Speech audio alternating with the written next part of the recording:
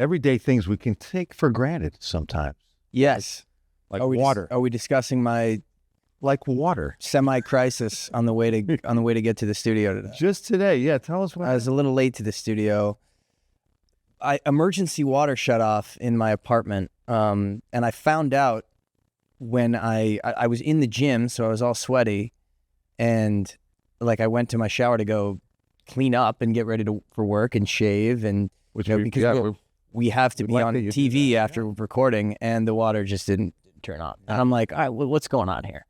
And then I opened up my email, and the place where I live was like, yeah, we had to shut off the water. Not sure when it's going to be back on, but should be soon. But I didn't have a lot of time. So well, you look good. You don't smell badly. Yeah, thanks. How'd you do it? A lot of Axe, a lot of the body spray, man. That is. I mean, if you were sitting here, you'd probably be able to tell. But is that Havana Nights? Yeah. Which one did you use? Exactly. Oh, exactly. Man. I probably smell like like I'm in like a jazz band or something. But you did shower. How did you shower? DG Club. Did you sponge bath? No. So what I did is I had some water bottles in my fridge, so I just opened them up and went in the shower and just doused myself. Okay. Yeah, it was like I was like camping or something. Purified. Yeah. Yeah, I mean, I had to do something because I was all sweaty. Like I couldn't just roll in, right. And problem is like I couldn't shave, so I've got a little like the 5 o'clock shadow going on here. So, yeah, I mean, it's just I feel like this kind of stuff only happens to me. But I've been telling them to bring the shower back at Ken's 5 because then you'll have no problem at all. Well, I don't want to have a shower. I also don't want to shower here. I know, right? But I'm saying in this sense, you would have today. Yeah, today I would have. It would have come in handy today. During the ice storm, when I lived here for a week, I literally stayed here for a week when that happened in the snow vid. That would have been nice. Yeah. To have a shower. I wasn't here for Snowvid. Do you remember the first time that you and I hung out outside of work? Whoa, here we go. First night that we broed out outside of the office. Try to think. It was a couple months in. It was a Friday night. You were emceeing an event. I was. And you were like, come roll. I was at the Witty. I was like, why don't you come down here? It's wrapping up a little bit. There's a bit of an after party. Get to know some key people in San Antonio. I want you to meet some great friends of mine. And you were wearing like a bedazzled cowboy denim shirt or something. It's how I roll. You kind of usually wear stuff like that on the weekends. You host a lot of events. Weekends are my time. I mean, I give Ken's its time, Monday through Friday. But when it comes to the weekend. I mean, you probably have like a separate wardrobe that looks like you're performing in Vegas on the weekends half the time, to be honest with you. But yeah, so you were wearing that, and then after we went over to your daughter's place. Yeah, daughter's place was like a mile away, and you were like, my daughter's having a kickback. And I didn't know what a kickback was. I said, will you come with me? Because I don't feel like I don't know. This will be my first kickback. I don't really know, man. They dropped. By the way, they dropped all the charges. That's I want to save that. There. We'll see if we get picked up by HBO. But that night was a little event. Yeah, exactly. The Hootenanny. That's right. And representing the Hootenanny, the dynamic duo of Tracey and Kacey. Tracey Fontenot, Kacey Wernli, the co-founders of Kinetic Kids on Rain in Threes. Ladies, how are you? We are good. We're excited to be here. And because it does sound like a dynamic duo. Tracey and Kacey, like those aren't stage names. Those are right. And we're not sisters, which everyone else would ask us, are y'all related? Oh, really? But that's how you've been referred to, like the Batman and Robin of Kinetic Kids. Take us back. I mean, this was almost 25 years ago, right? How did it start? You guys are physical therapists. You worked at the same office, or how did this happen? I'll get us started. We were both working at Methodist Children's Hospital, and at that time that we were both working together, I decided to move to another setting. Okay. And so we went to lunch and just kind of like, oh my gosh, it's going to be sad. Like we share the same patients. Like we see our kids all the time. And so we were at a restaurant and we just said, you know what if we just got all of our patients together and let's do a little t-ball team. And so it was a way for, us to kind of still have our connection together, but then also try something new for the patients that we were serving that really had no other opportunities. So these were boys and girls. When you say patients, this was fully pediatric. What ages?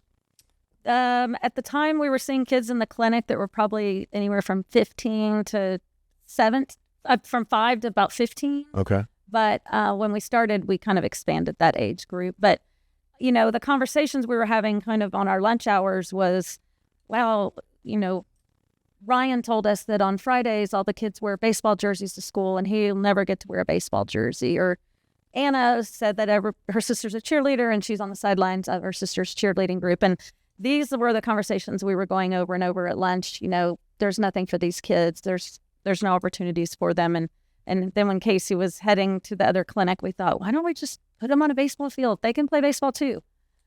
Is it children with disabilities? Children with disabilities. Okay. So What kind of disabilities? a lot of children with physical disabilities is who we were seeing in the clinic at that time. So cerebral palsy, spina bifida, brain tumors that had been resected, and now they were recovering from that surgery. A lot of, just developmental delays. So for one reason or another, they were in a wheelchair. They had a different gait pattern. They just couldn't go out and do your typical sports. Right. And so with the T-ball team, though, were they only going to be able to play each other, or were you able to find a league? Like, how did you even get that process going? So we actually looked around, like, into our family life. Tracy's husband's also a PT. At the time, my sister, who was a special ed teacher for PPCD, was living with me. And so we just kind of riled up the people we knew that knew how to work with children with special needs already. And we just invited all of the kids that we were serving, whether they used a walker or a wheelchair, or they could run independently. And so we just said, let's go check out the Health Science Center where we both went to PT school, and they had some baseball fields. And we were like, hey, can we use it? We were literally right across the street from Methodist. And so we used their baseball fields, and we brought along probably 4 other people to kind of help coach and let these kids experience what other kids get to. And it was something where you guys, like all ages, it was your patients, or you guys then put out a PSA to other people at other hospitals, at other clinics, and that sort of, and then they all sort of came. The first, that's exactly what happened. The first year, it was mainly our patients, and then we had another physical therapist that knew about it, and she brought a couple of her kids. But then after that, we had, therapists around the community saying, I heard about what y'all are doing. And not only did they say, I want to send some of our patients, they were also saying, I was a dancer in college. I was a collegiate gymnast. So at the early stages of Kinetic Kids, our therapists were the ones that came to us saying, I have a swimming background. And that's kind of how Kinetic Kids grew, was the love from the therapy community, who all wanted to see children with special needs be able to do all different sports, not just baseball. And that's how this really started to get going. And how fast was the momentum? Like, did you both look at each other and go, well, okay, what have we done? You know what I mean? Right at the beginning, that first year we had 10 kids, and then the second year was a whole year. But we talked about how fun it was, and we talked about it all year. And then we did baseball again, and we had about 24 kids. And then that third year was when a lot of parents and the therapists were like, I can teach dance, I can teach gymnastics. And we were like, what do we do? And so some people were like, y'all should start a nonprofit. And we're like, what is that? Because we don't know what that is, because we're physical therapists. And so we learned a lot. We laughed because there wasn't the internet then. We couldn't go look up what that meant. And so we went to Barnes & Noble and bought Nonprofit for Dummies. Okay. Yeah. Really? Awesome. Yes. And Awesome. I still have it. Yeah. I hope. Oh, wow. We are rule followers, so we Haven't finished it yet. A lot of highlights. We're on chapter 2. We're chapter 2, almost done. So we just went page by page, how to form a board of directors, make a chart, make sure you cover different types of people, do this. We just kind of rule following. So Was it hard? It seems like a lot so much to be like a community support. 501c3 and all that of taxes and. Well, I think a lot of the success of Kinetic Kids in general stems not from Tracey and I, but the people who stood behind us while we were getting started. We had so many, like, what we call our angels, that just stepped up and said, I'm a CPA, let me help you do this. And to date, that same person is helping us Really? 24 years later. And so, we always say that we've just been blessed by who God has put in our path, because if it was just for us, I mean, we love sports, and our passion is working with children with special needs, but everything else has been a God-given blessing that has helped Kinetic Kids get to where it is And today. 25 years ago, you guys went out onto the baseball field, right, with 10 kids. You said that was 25 years ago. How many people do you have in Kinetic Kids today? You ready for this? Almost 4,000. How about that? Yes. Congratulations. That's way past chapter 10. No kidding. And Now we're like, oh, we got to hurry and finish the book. Yeah. right. We've got How thousands. awesome is that? And how many programs? I mean, what started as T-ball is now up to? We have over like 32 sports, and that's almost like 380 programs a year. So we might, in one season, we might have 8 swim classes. And that swim class serves 24 kids. And so, each season, our children get to choose from a variety of different sports and fine arts. We have musical theater. We have gymnastics. Anything that you will see traditional sports or fine arts in, we adapt it with therapists. You have skiing. I'm like, they're going and hitting the slopes. I mean, this is so what do you see in these children? I mean, when you look into their eyes, when you hear what they say, I mean, tell us about those moments and the joy and what they tell you and when they get to do this. Well, one thing I love, and it's because of all these years. In the beginning, I was, the kids are getting more out. They're getting more active. They're connecting with their teammates. But now to watch what happens in the family also, it's amazing. It's bringing families together. It's getting families to celebrate the child that has a disability instead of worry about what he can or can't do. And speaking of skiing, our gala's coming up this weekend, and our speaker was 5 when he was hit by a car running in rambunctious activity in the front yard with his brothers. They were annual ski trip family. He got hit by a car, had a brain injury. His mom, he flew the neighbor's fence, unconscious for months in a hospital bed. And the family, he starts recovery very slowly. The family says, the brothers tell us, we just said we'll just never ski again because if he can't ski, we're not going to go to the mountains without him. So he started doing Kinetic Kids, and his mom, they said the mom came home one day and said, guess what? We're going skiing as a family again. Oh. And they got to hit the slopes, and their brother got to ski. And they said it was just one of those moments that just really brought the family back together. So there's all these stories that are not just the child feeling like a baseball player, but this whole family unit changing. I remember one of my first stories I did was on an event I think Kinetic Kids was doing, and you guys had just won a grant, I think, from some national organization. It was Gatorade, I think it was. You guys had won a grant from. Yeah.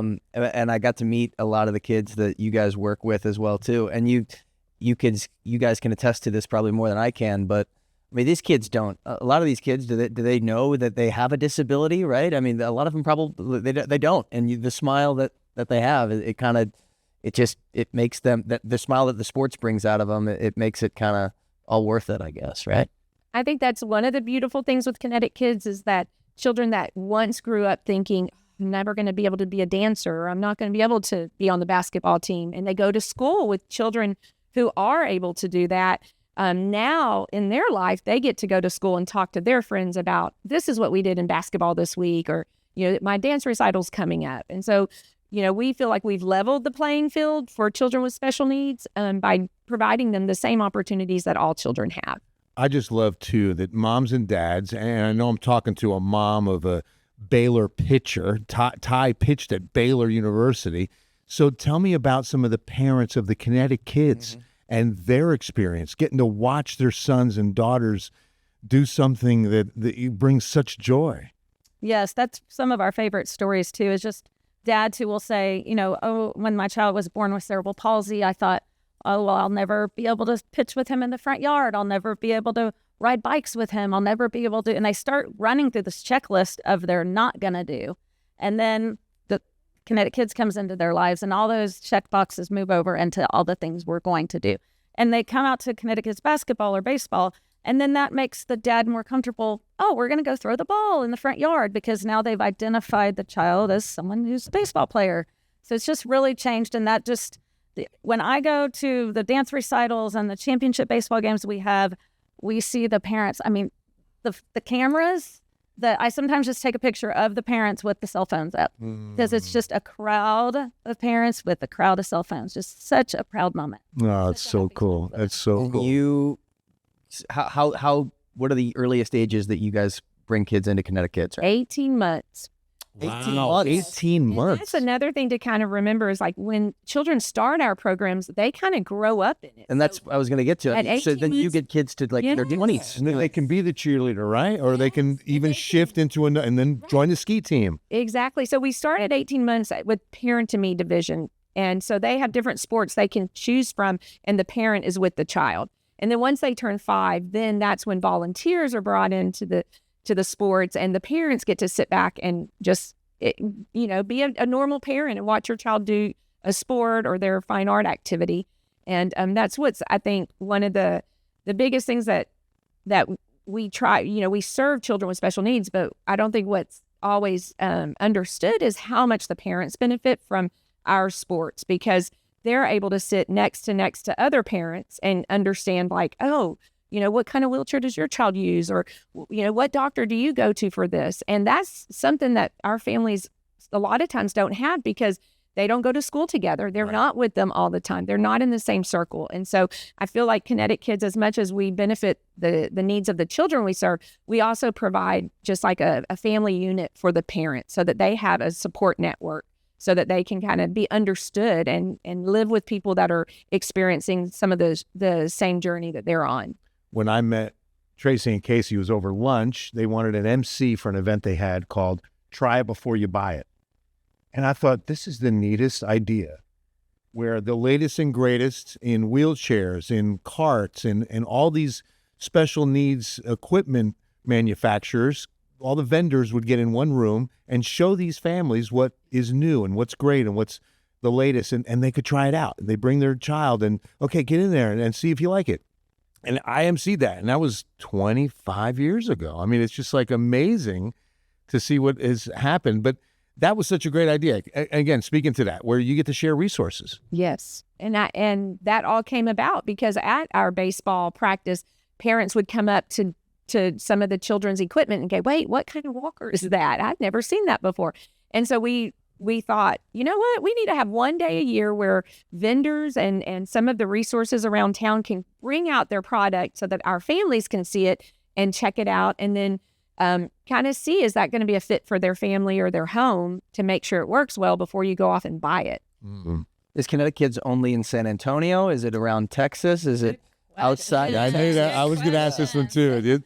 So we are in the process of expanding. We've kind of started a second nonprofit so that San Antonio can stay the way it is, and the community is so supportive. The grants, the corporations, the individuals in San Antonio. So we want their money to stay here. So we have Kinetic Kids San Antonio, and the support goes to that. Now we started a kind of a second hub called Kinetic Kids Unlimited.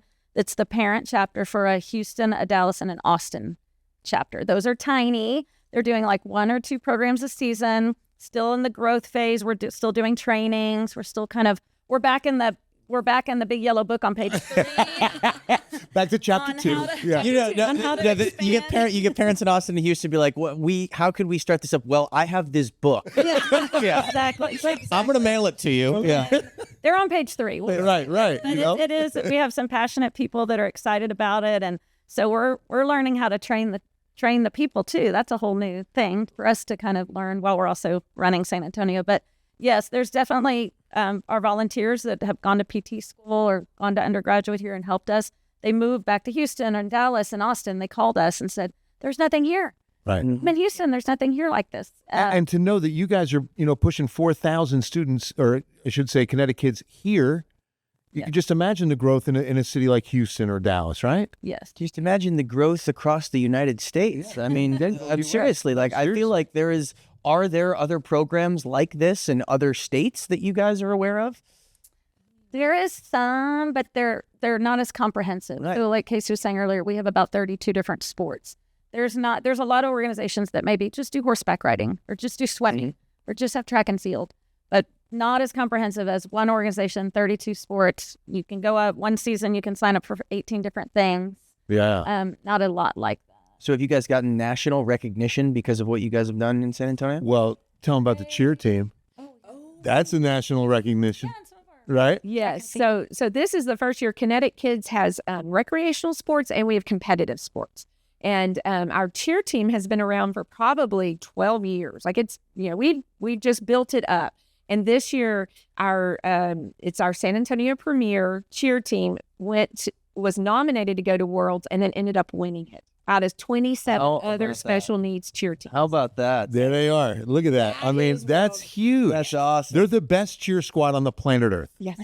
Literally. On the planet Earth. I mean, That that's is incredible. I mean, how exciting for them. And did all the parents get to go and where was it held? Disney World. Oh, come on. Beautiful. We didn't get to go. You didn't get to go. I'm going next year. Exactly. Because you have to defend the title. Yes. Yes. Yeah. And we do have we have our track and field. There's some other national meets. So some of our other sports where we can go compete regionally. And if those athletes qualify, they can make it to nationals.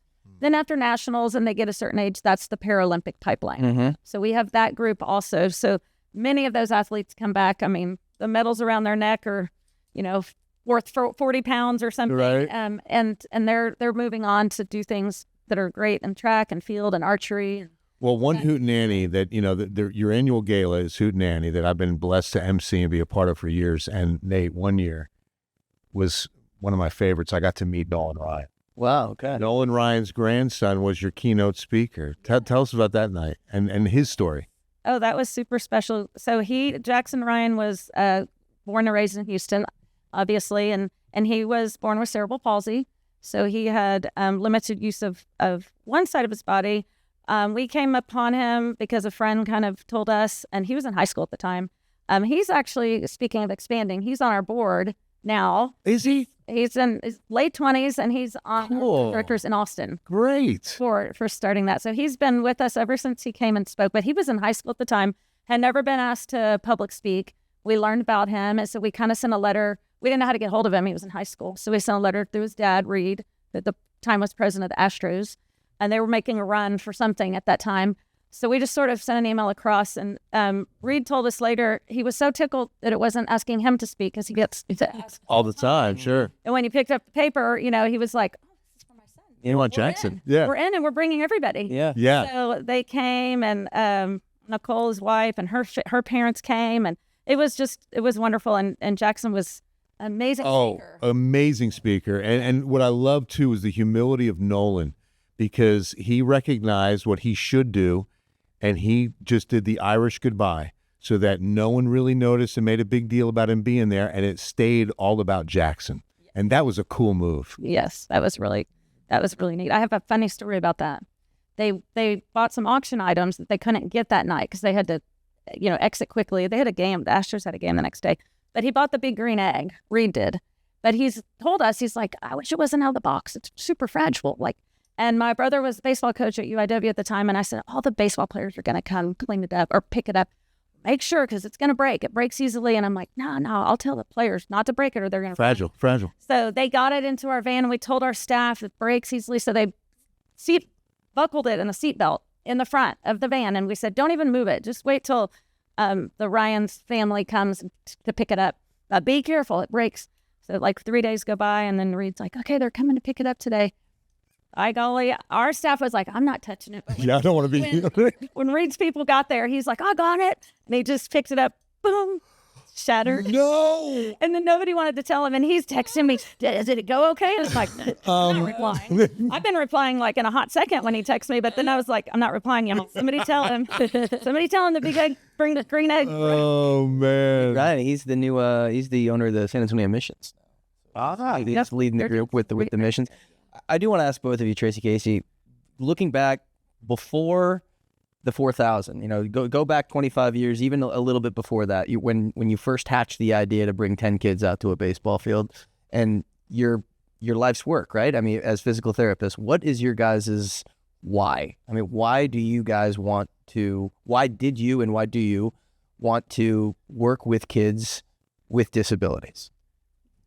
I'll start with it. I think I was a tennis player through college, and I think my growth in life was always around different sports and the people who I felt most comfortable with.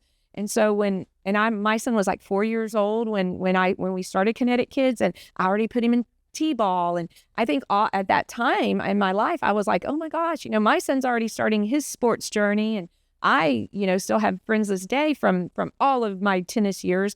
And I think that just hit hard to me that our children come into therapy, and we are their sounding board. We are cheerleaders. We're trying to encourage them. You know, they're talking to us about their struggles, and a lot of those struggles are they don't connect with anyone. They don't have anyone to go play with. They don't have a team to join. And so I think, you know, when you think of the benefits of sports, but then also the benefit of just having friends and people that like the same thing with you, that was what motivated me to do something more. You know, I never knew it would turn out to what it is today, but even if it was just baseball, I wanted to be able to give children with special needs that chance of meeting new friends and seeing what sports can do to their life. What about you, Tracey?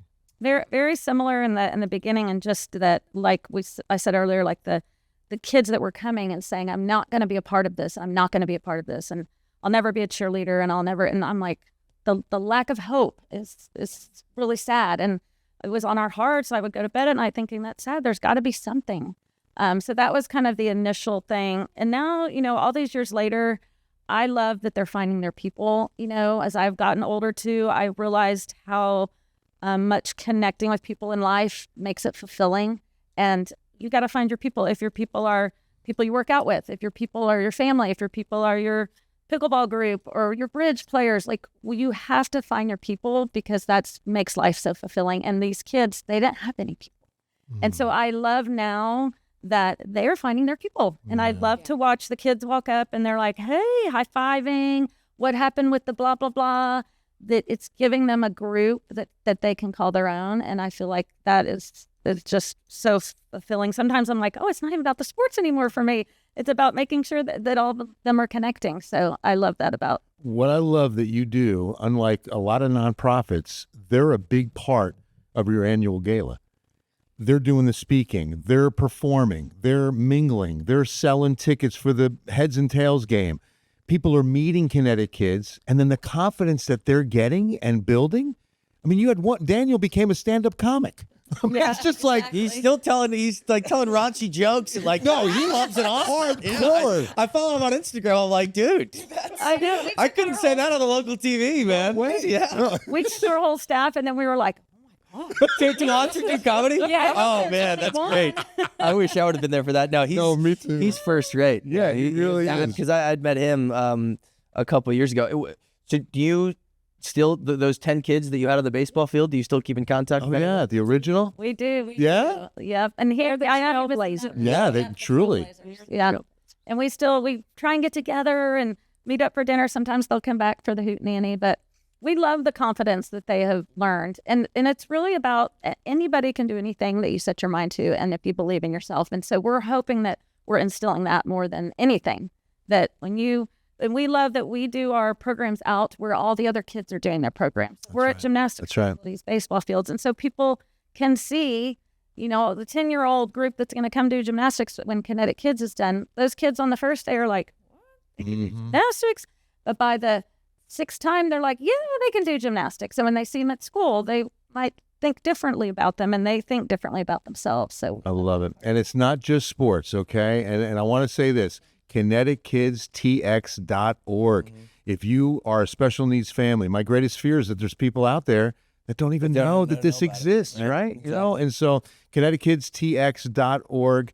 And that's also for volunteer opportunities, resources that are out there that can pour in and just continue to, you know, move the bar. Because you guys, you guys welcome corporate sponsorships and that sort of thing. I'm sure. Yeah. yes. yeah, Yep. this is great. Are you guys from Congratulations. San Antonio also too, by the way? No. Okay. Houston, Houston. south of Houston, Bay South. City. Okay. Bay City. Okay. Down here, Isn't that where the Bay City Rollers are from? Bay City Black Cats. Whoa. Is that a gang you were in? What is it? What is? It was our high school. I think they okay. I think they got remember the they Bay got City busted Rollers? in San Francisco in the late remember that group? 70s. You know, they were moving south. You really don't remember the Bay City Rollers? I know he won't. The band? T-U-R. T-A-Y. The musical group, are you referring to? Oh, it's a You know the music. Bay City Rollers? I mean, I don't listen to them. Right. I've heard of I'm them. shocked. All right. We're going to have to send that to your playlist. Yeah. Tracy, I want to ask you, because your brother's obviously UTSA manager, Pat Hallmark.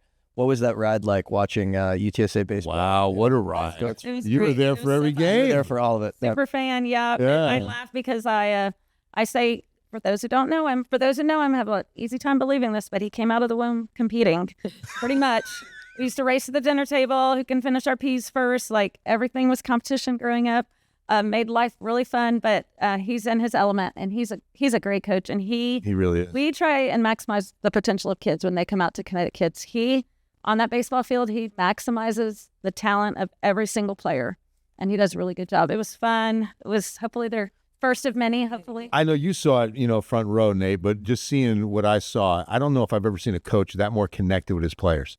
I mean, just like jumping up and down and hugging each other like I've never really experienced. I mean, usually the coach is kind of, oh, that must be the coach. I thought he was a player, the way he was, with those kids. It's great. When they went up to Austin and won that regional, and they didn't just win it, they dominated the regional. I mean, being in the stands for that would, for you, especially a family member, I mean, like coach's sister, that was probably pretty, was it nerves at an all-time high, I would guess, or was it, were you lose? When my kids play, Yeah. I was so nervous. Right. I'm like, this is so fun. And he does make his kids have such a belief. Like, they're playing the Longhorns. Who cares? We're going to beat them. Like, and all of them believed it. And you could see that. You could see that belief. But y'all should have him on sometime. That's a good idea. Story after they lost in California, he wanted to go grab a beer. Him and his wife went walking by the hotel, and they stopped in this little brewery. It has like 4 beers, boutique kind of brewery in LA.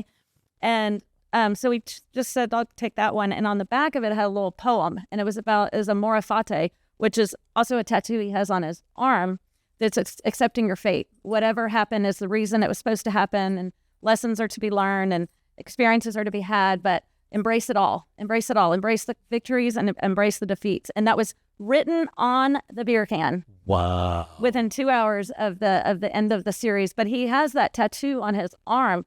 Wow. And when you talk about him connecting with his players, I think 17 out of 25 went and got that tattoo. Wow. What? Season. And it's What? Mora Fate 2025. Roadrunners or RR or something. There's about cool. There's about 6 or 7 of those guys now too who are in minor league systems and major league. There's that many. Oh yeah, Wow. But 6 or 7 of them. Yeah.